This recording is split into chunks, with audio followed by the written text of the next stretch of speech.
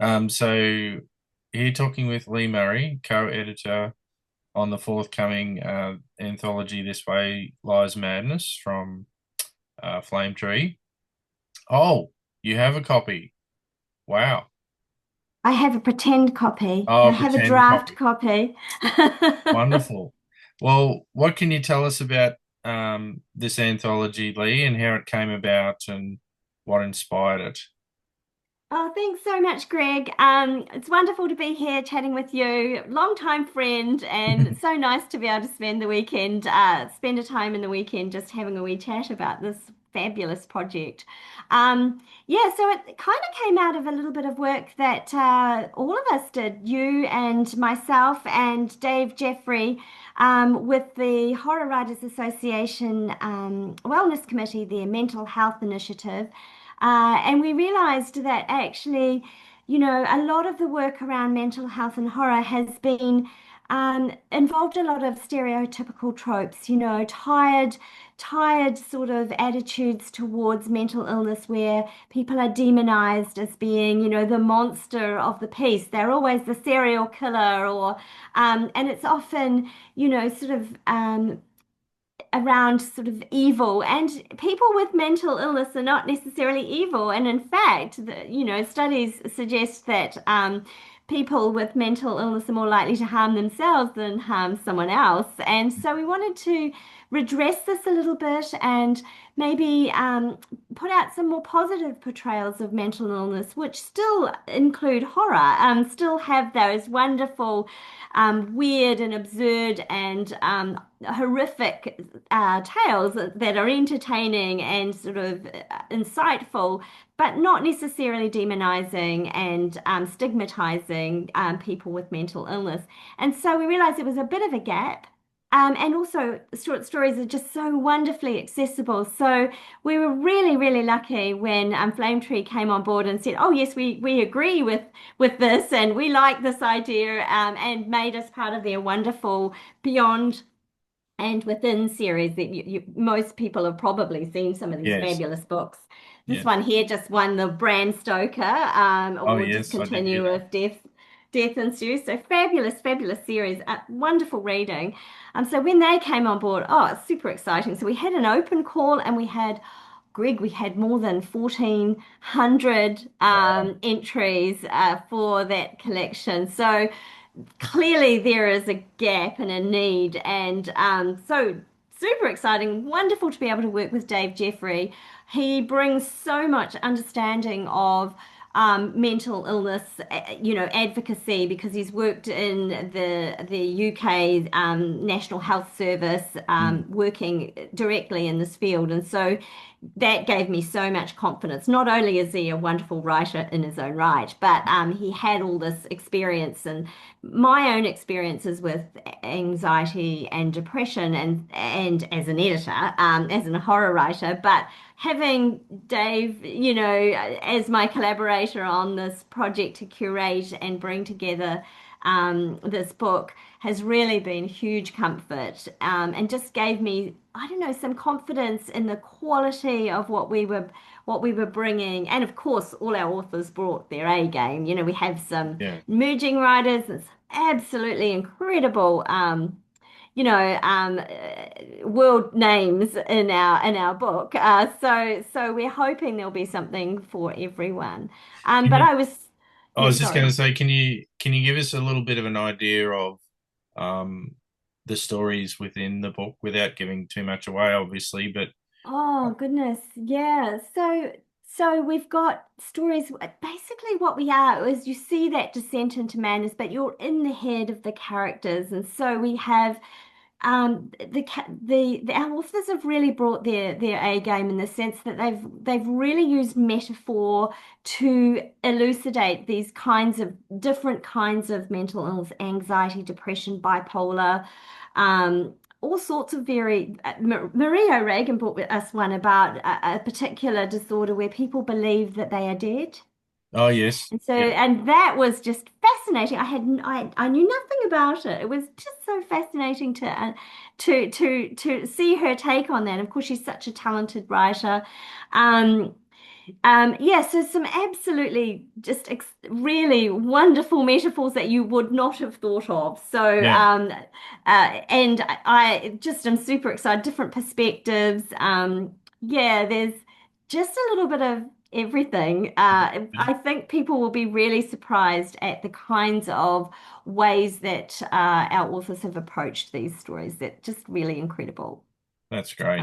I don't want to I- give it away. I No, want no, people to enjoy it we don't and want to say yeah, too much about it, but yeah, it sounds wonderful, and I imagine it was probably a cathartic process, not just for you and Dave, but also the authors, because they're probably putting some of themselves across in some of the stories. I mean, yeah, uh, totally. And that was the power of it, the vulnerability and the willingness of people to explore sometimes their own lived experience, and that is as an editor, that's extremely humbling mm, and I'm sure you know this, Greg, you've done a bit of this kind of work yourself.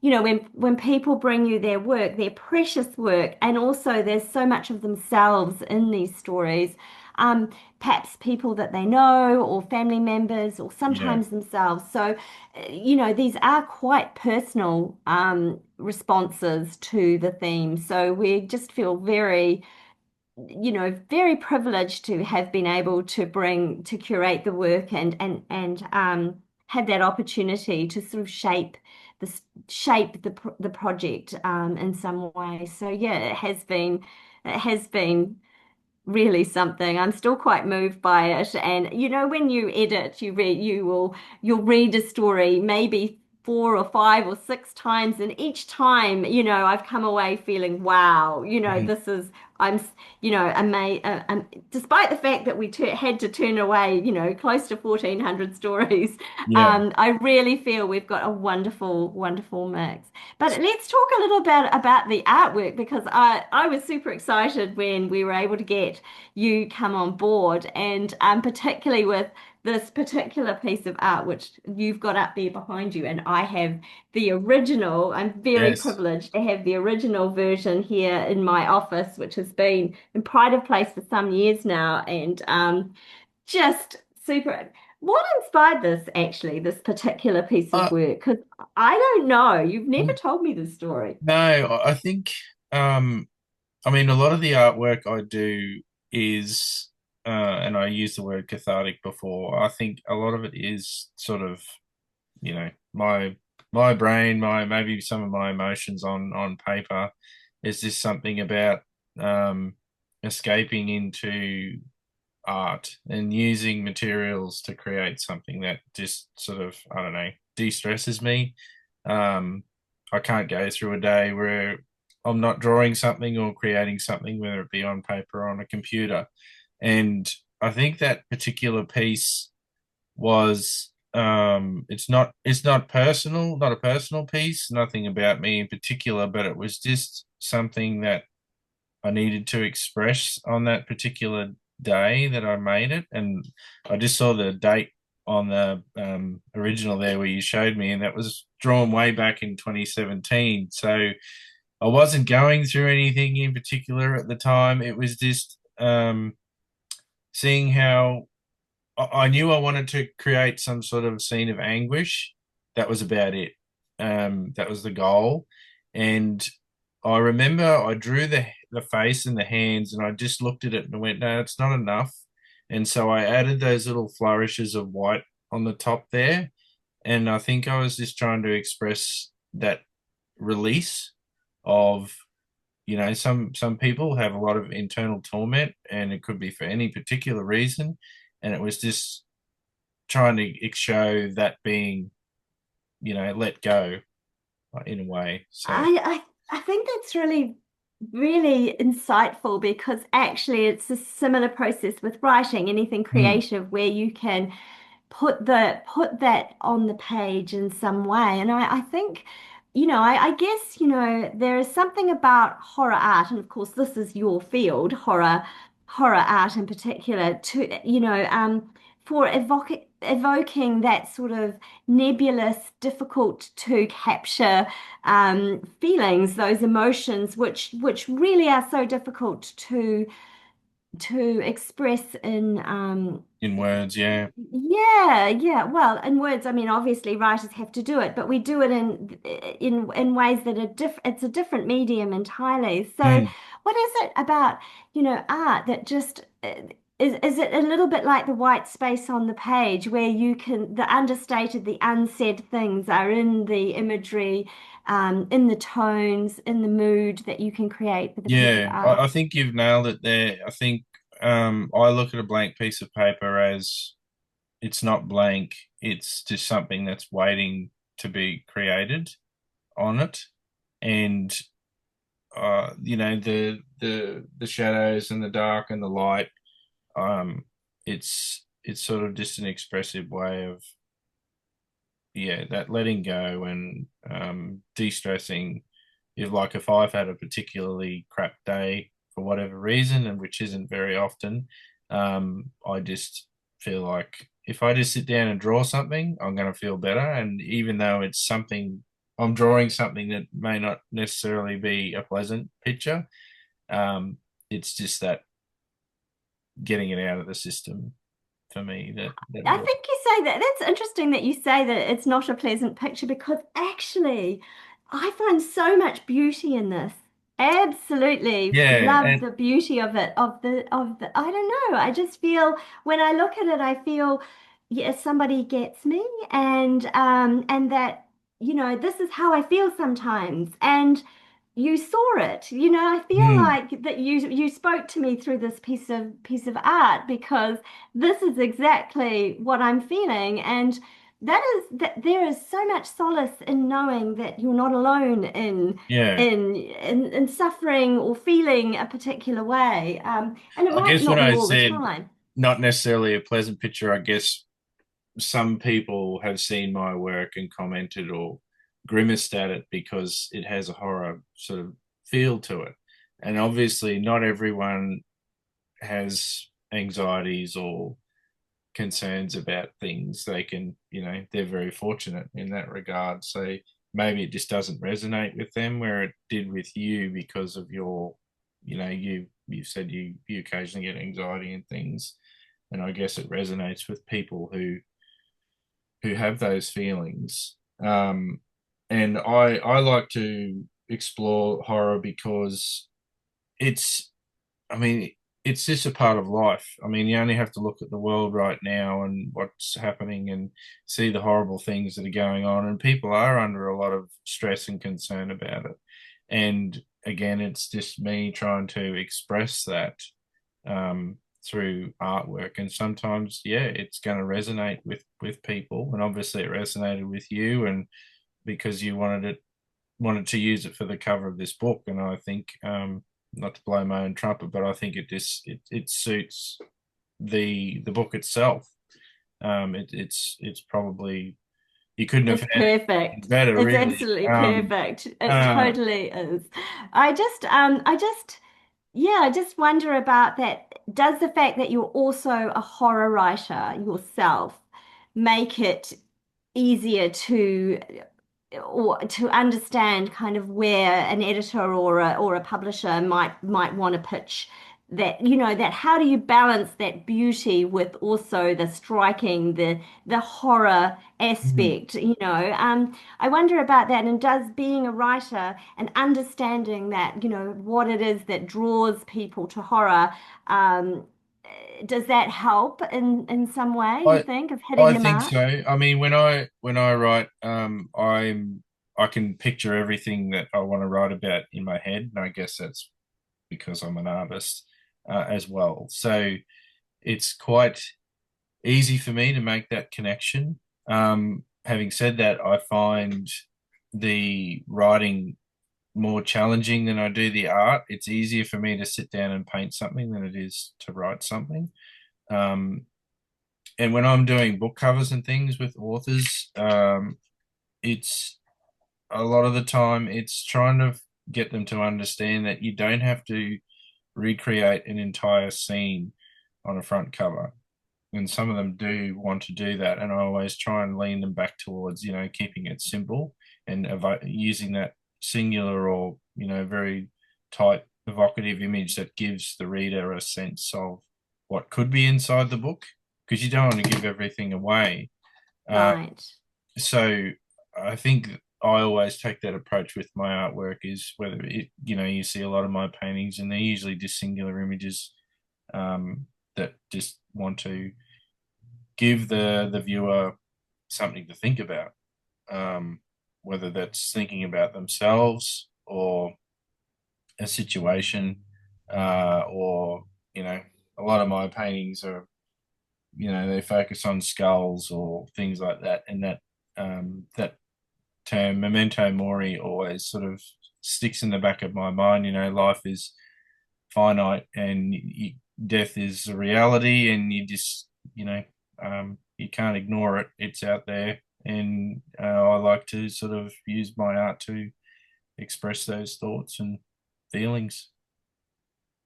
I think it's really interesting the way this came about, though, does it, because normally you write the book and then someone come and then the publisher commissions the artwork and you Yeah, say, well, what's the theme of the book and all of that. And this came about in a completely different way. Sometimes writer will see a cover and be inspired and write the book to go with the cover. That occasionally happens, yeah, but this was completely different. So.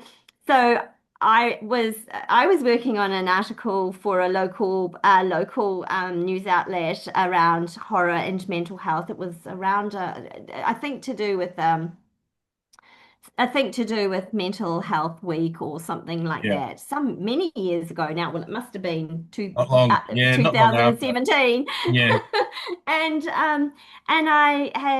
I was looking for some way to illustrate that, and we had done a lot of work together, haven't we, Greg? I mean, I yeah, think you've done 8 or 9 covers of my work. In fact, there's one there, Black yeah. Black Cranes. cranes. Yep. Yeah. And there's another one here, Yes. Grotesque Monster Grotesque Stories. So monsters. Yep. and many others. And so, obviously you've been a go-to for me. We work well together.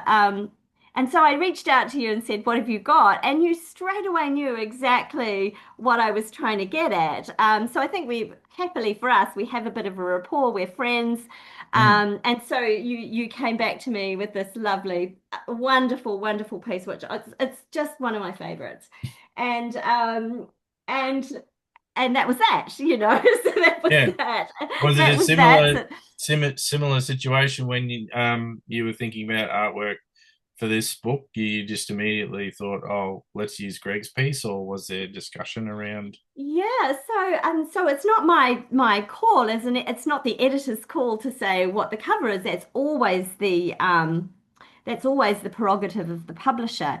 And these books have a particular aesthetic, as you can Yes. see. And so they have the artwork in the interior as well as Yeah. on the cover. And so, obviously that the Plane Tree are very keen to keep these books look so beautiful. Mm.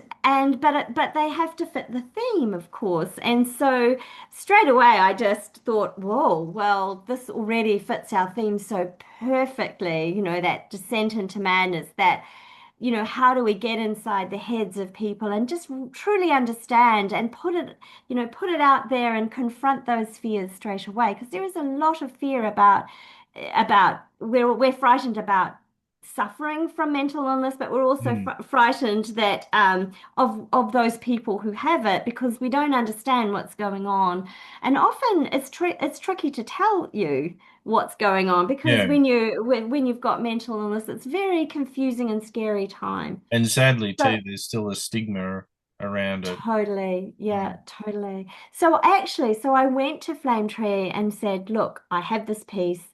It's been, Greg gifted it to me, which was just such, I'm so grateful for that. And look, not preempting anything, but what do you think?" And they loved it. Flame Tree just loved the piece.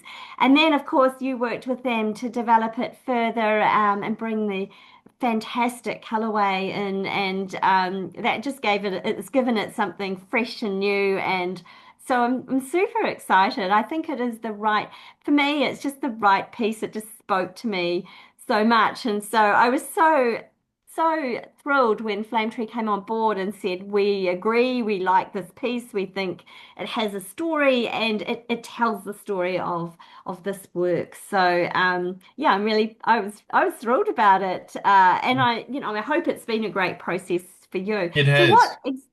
what exactly, when you come on, I mean, I don't know how this works. Well, I already love the black and white version. It's those shades of grey Yeah. when you have mental illness. But why these colors and how did you go about the process of adding these colorways Well, to what? the coloring was done in Photoshop, um, because obviously I didn't have the original. You're the And caretaker. I'm not giving it back, No, no, so no. there's that. You're the caretaker of that. So I knew I had to do it on the computer, and yes, I did think quite a bit about the color scheme. Um, I wanted to show that distinction of the face and the hands, and then this stuff. I don't know what else you want to call it. The thoughts or the feelings or the anxieties leaving this person. Um, and I knew I needed to make it as stark as possible. I didn't really have an idea of how. I was familiar with the book covers, and I knew that it would probably only be small in that little round space on the front cover. I knew it'd be small, and so I wanted it to stand out, even though it was small. So immediately I thought red, and you're dealing with stories here that are probably going to show some sort of violence or anguish, torment, and red just obviously speaks to those sorts of emotions and feelings. So I focused a lot on getting that red area quite distinct from the rest of it, and perhaps the person or the face and the hands that are being depicted are, um, I mean, they're cold. It's showing cold. Yeah. It's a blue That hue. isolation is Yeah, really very, isolation. Cold can yeah. mean many different things beyond, temperature. So it was that distinction between, you know, these things leaving the person that's, been left in a horrible state. So whether it's a release that's of a positive nature or a negative nature, I mean, that's up to the person view. Oh, I think it's great that you say that because I think horror has it's always juxtaposed with hope in some way, isn't it? Mm, That's the reason for horror is that we're hoping to find some kind of way through, some answer, some solution, or just even a new perspective, a new yeah. way of looking at things that frighten and concern us. And so for me, and I think I love the fact that you went for the red and those fiery highlights and that Mm, release, when it's gone, and that phew. And I feel like because often mental illness is episodal, isn't it? It's something that we suffer from or we struggle with, and then we come out the other side, and there's a we you know and then and maybe we never get it again. Not the case for me, but you still, when you're in it, that that eventually you can come out the other side, yeah. assuming that we're treated well and that we're respected and able to get the right help Mm, in order to do that. And it's just, to me, I love the way that you juxtapose the sort of dark and light because I think horror and hope are exactly that, aren't they? They offer a way to look forward and have that release, and that sort of fresh start after a trauma, for yeah, example. that's right. And it also can be taken a slightly different way too, of perhaps the red is something that's coming in to the person rather than escaping. Ah, So you can view it in a couple of different ways. So mate, it could be signifying an external trauma or something that the person is absorbing or they're releasing. So yeah, I think I wanted to leave it open ended, as much as possible. So for people to think about, Yeah, I because think you've obviously achieved that. they're reading the stories, they're thinking about what's in the stories, but also the art plays a role in um, getting people to think about that as well. What's being depicted in the artwork.